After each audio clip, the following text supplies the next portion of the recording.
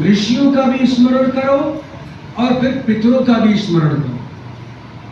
तो जब हम 27 आहुतियां देते हैं तो उसका लाभांश पहुंचता है देवताओं को, ऋषियों को और पितरों को। 27 आहुति आप दे दीजिए, अग्नि समर्पित कर दीजिए। यह आपका हो गया देव यज्ञ। दूसरा, अब इसके बाद तीसरा यज्ञ आता है। तीसरा यज्ञ है पितृयज्ञ। पितृयज्ञ में क्या होता है कि हम पितरों को तर्पण देते हैं, जलदान करते हैं। ये तर्पण और जलदान बहुत महत्वपूर्ण है। घर में, परिवार में, पुरुष वर्ग में जो व्यक्ति सबसे बड़ा है उसके हाथ से तर्पण होना चाहिए। ये महालय श्राद्ध पद्धति कहती है। स्त्रियां तैयारी करने में सहयोगी बन सकती हैं, लेकिन तर्पण नहीं कर सकती। तर्पण पुरुष वर्ग के व्यक्ति को ही करना है। तो क्या करना है उस तर्पण में? आपको 3 पात्र लेने हैं, एक चांदी का, एक तांबे का और एक कांसे का। लोहे का या मिट्टी का नहीं। लोहा मिट्टी प्रयोग नहीं करना है। शास्त्र के द्वारा निषिद्ध है कि आप इसमें पितरों के निमित्त, आप जैसे स्टील का प्रयोग करते हैं ना, वो लोहा ही है। लोहा या मिट्टी का प्रयोग नहीं करना। तो 3 पात्र आपने लिए, गिलास, लोटा, कटोरी, कुछ भी हो सकता है। पहला पात्र है चांदी का। चांदी के पात्र में थोड़े से अक्षत डालिए, गंगा जल डालिए और जल डालिए। तांबे के पात्र में थोड़े से काले तिल डालिए और जल, गंगा जल। और जो कांसे का पात्र है, कांसे का न मिले तो पीतल का ले सकते हो। कांसे का मिल जाए तो बहुत ही अच्छा है, लेकिन आजकल जल्दी मिलता नहीं है, तो पीतल का भी ले सकते हो। तो जो पीतल वाला है या कांसे का है उसमें जौ, थोड़े से जौ डालें, गंगा जल और जल भर करके उस पात्र को, तीनों पात्रों को पूरा भर लीजिए। एक गमले में कुश लगा लीजिए, कुश दाव, जिस कुश के आसन बनते हैं ना, वो कुश होती है, बहुत पवित्र होती है, पितरों को तर्पण के लिए बड़ी महत्वपूर्ण होती है। अब आप क्या करोगे? उसके बाद जो पात्र है उस पात्र में एक पत्ती कुश की डाल दीजिए, तीनों पात्रों में एक पत्ती। उसके बाद एक पीपल का पत्ता लाइए, उसको अपने दाहिने हाथ पे रखिए, बाएं हाथ में पात्र लेकर के।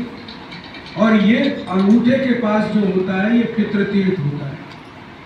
ये उंगलियों के जो किनारे होते हैं ये देव तीर्थ होता है, देवताओं का।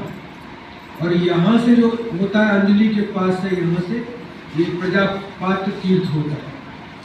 तो हमें क्या करना होता है कि हम पितरों को दे रहे हैं, तो हम क्या करेंगे कि पत्ते को रख करके ऐसे पात्र लेकर के और बाएं हाथ से उस जल के पात्र को ऐसे जल गिराएंगे, पत्ते पर गिरेगा यहाँ, और अंगूठे के पास से होकर पत्ते की डंठल इधर रखेंगे अपनी तरफ और उसकी नोक इधर को रखेंगे, और ऐसे जल जब गिरेगा वो जल यहाँ से होकर के सीधे कुश पर गिरेगा। तो आपको पहले 3 बार मंत्रोच्चारण करना है। ओम पितृभ्यो देवेभ्यो नमः स्वधा। स्वाहा नहीं, स्वधा, पितरों के निमित्त स्वधा बोला है। और पात्र लेकर के ऐसे जल चढ़ाएंगे और वो अंगूठे के पास से होकर के वो कुश के ऊपर गिरेगा। पितृ तर्पण हो रहा है।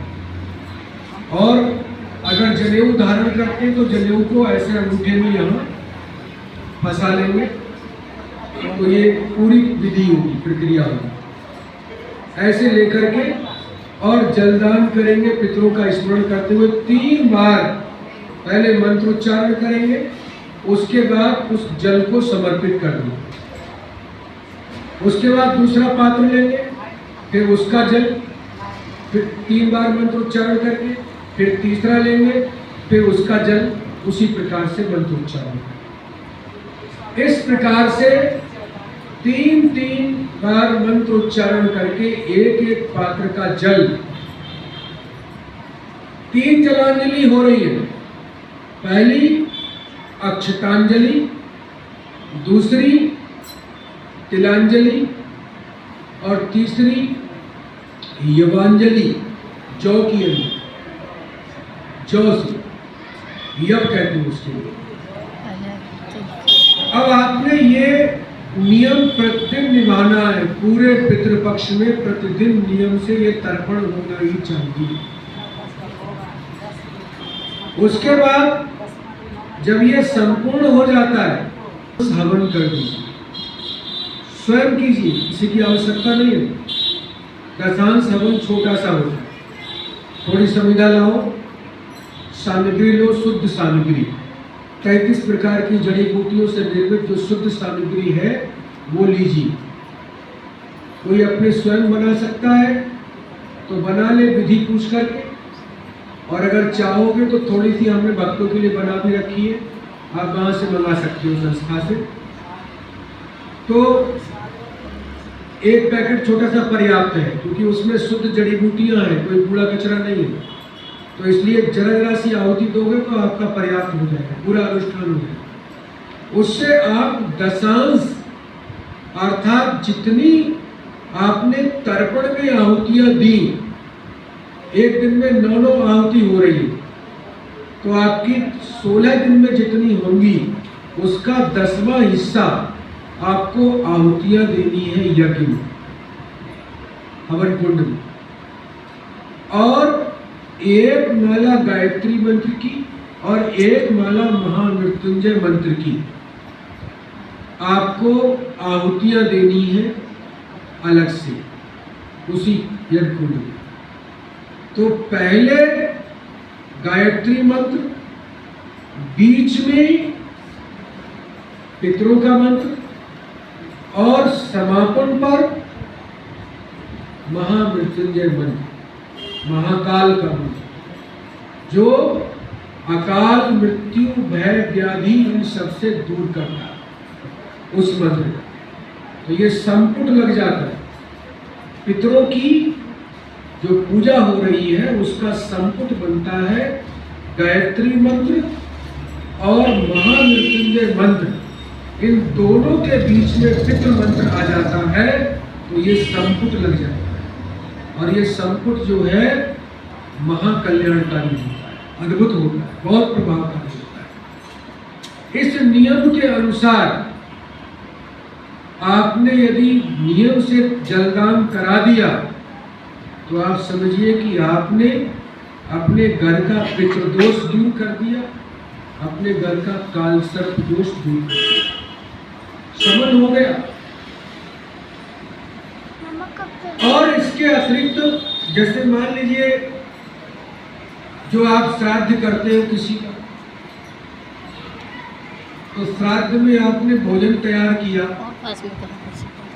अब श्राद्ध पक्ष में सभी करते हैं यही काम, भोजन तैयार करो, पंडित जी को खिलाओ बुलाओ।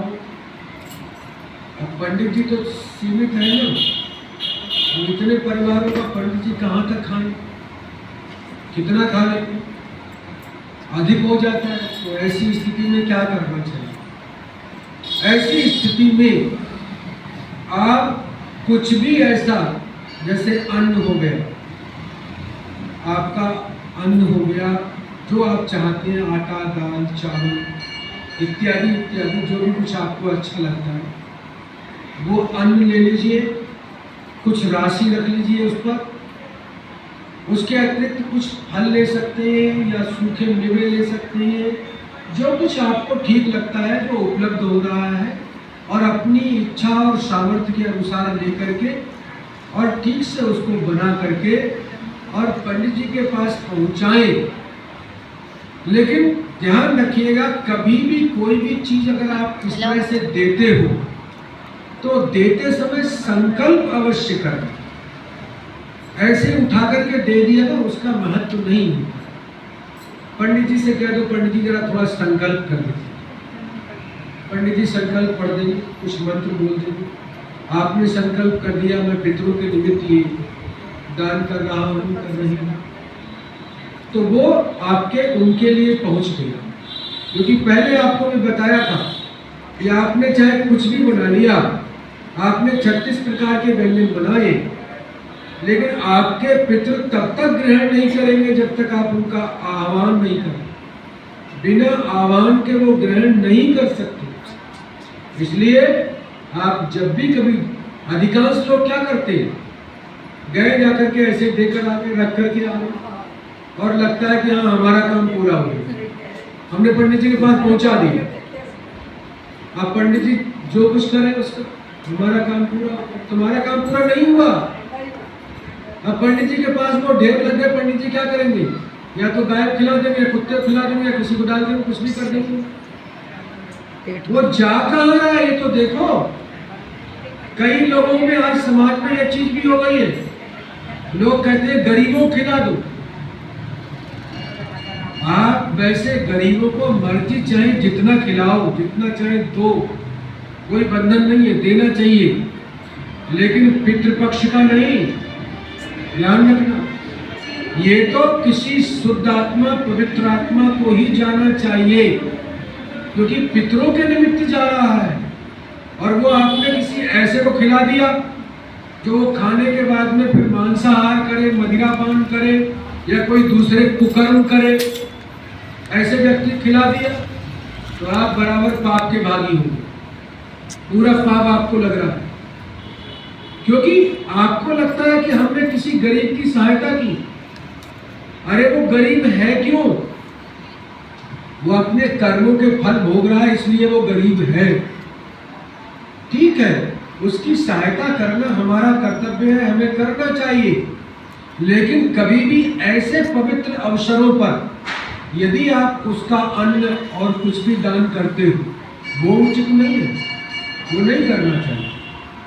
तो आप उसको संकल्प पूर्वक, नियम पूर्वक, विधि विधान से आप उसको ब्राह्मण को दान करें मंत्रोच्चारण के साथ। और उसके बाद ये आपका श्राद्ध का कार्य पूरा हुआ इस तरह से करने का। इसके अतिरिक्त जो कार्य महत्वपूर्ण है वो क्या है कि पितृपक्ष में अपने घर में कुश अवश्य रखिए और एक कुश की पत्ती जिसको मोड़ करके, क्योंकि उसका अग्रभाग देवताओं को जाता है, मध्य भाग पितरों को जाता है, तो एक पूरी पत्ती ली आपने, उसको मोड़ लिया, बीच में से मोड़ा, और मोड़ करके जो बीच का भाग है वो जल में डुबो दिया और जल में 24 घंटे वो पड़ा रहना चाहिए। ये ध्यान रखिए। पूरे पितृपक्ष में एक पात्र कोई ऐसा बना लीजिए, ले लीजिएगा, तांबे का रहता है तो बहुत ही अच्छा है, वरना कांसे पीतल का कोई ले सकते हो। तो एक पत्ती कुश की वो उसमें पड़ी रहनी चाहिए और वो किसी अपने मंदिर में पवित्र स्थान पर रख दीजिए और उसको रखा रहेगा। और ये मान के चलिए कि उसके माध्यम से आपके पितरों को तर्पण पहुंच रहा है और पहुंचता है। जितनी चीजें ऐसी हैं जो भाव प्रधान है, वायु प्रधान है, वो भले ही इन चर्म चक्षुओं से दृष्टिगोचर ना हो, दिखाई न पड़े, लेकिन सब होता है। वायु हमें दिख नहीं तो क्या चल नहीं रही? हवा चल रही है ना। ऐसे ही सूर्य का प्रकाश, कई वस्तुएं ऐसी हैं, सुगंध दुर्गंध कुछ भी ले लो आप, दिखाई नहीं पड़ती है लेकिन होती, उनकी अनुभूति होती है। ऐसे ही पितरों के वरदान या अभिशाप की अनुभूति हमें स्वतः हो ही जाती है, निश्चित रूप से होती है। इसलिए ध्यान रखने की बात है कि अब तक जीवन में जो कुछ भी हुआ, अच्छा बुरा कैसे भी किसी तरह से हुआ, उसको आप भूल जाइए, यहां से नई शुरुआत कीजिए और सोचिए, मन में संकल्प लीजिए, क्योंकि संकल्प में इतनी बड़ी शक्ति है कि संकल्प आपसे कुछ भी करा सकता है।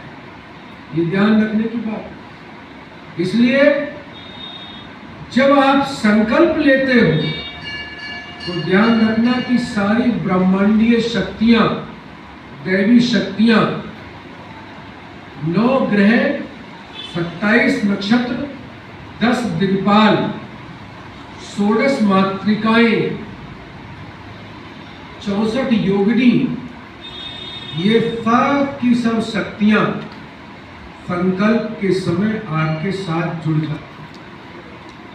अब जैसे ही आपके साथ जुड़ती हैं तो इन सब की सकारात्मक शक्ति आपको प्राप्त होनी शुरू होती है।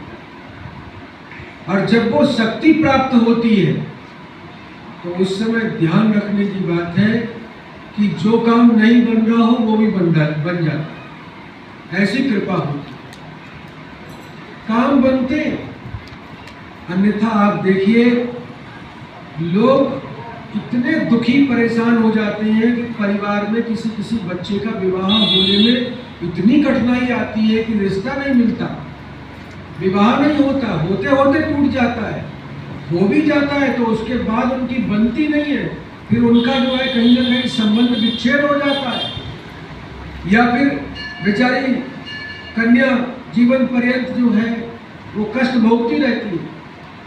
तरह तरह की स्थितियां जीवन में आती हैं। इन सब से बाहर निकलने का उपाय हमारे शास्त्रों में है, एक नहीं हजारों उपाय हैं। ये ग्रंथ व्यर्थ में नहीं है। श्रीमद् देवी भागवत महापुराण, आप सोचिए 24,000 श्लोकों का ग्रंथ, श्रीमद् भागवत महापुराण 18,000 श्लोक, ये इतने इतने बड़े ग्रंथ ऐसे नहीं बना दिए गए, इनमें बहुत बड़ी ज्ञान संपदा है और बहुत सारी शक्तियां हैं। अगर हम उनका ठीक से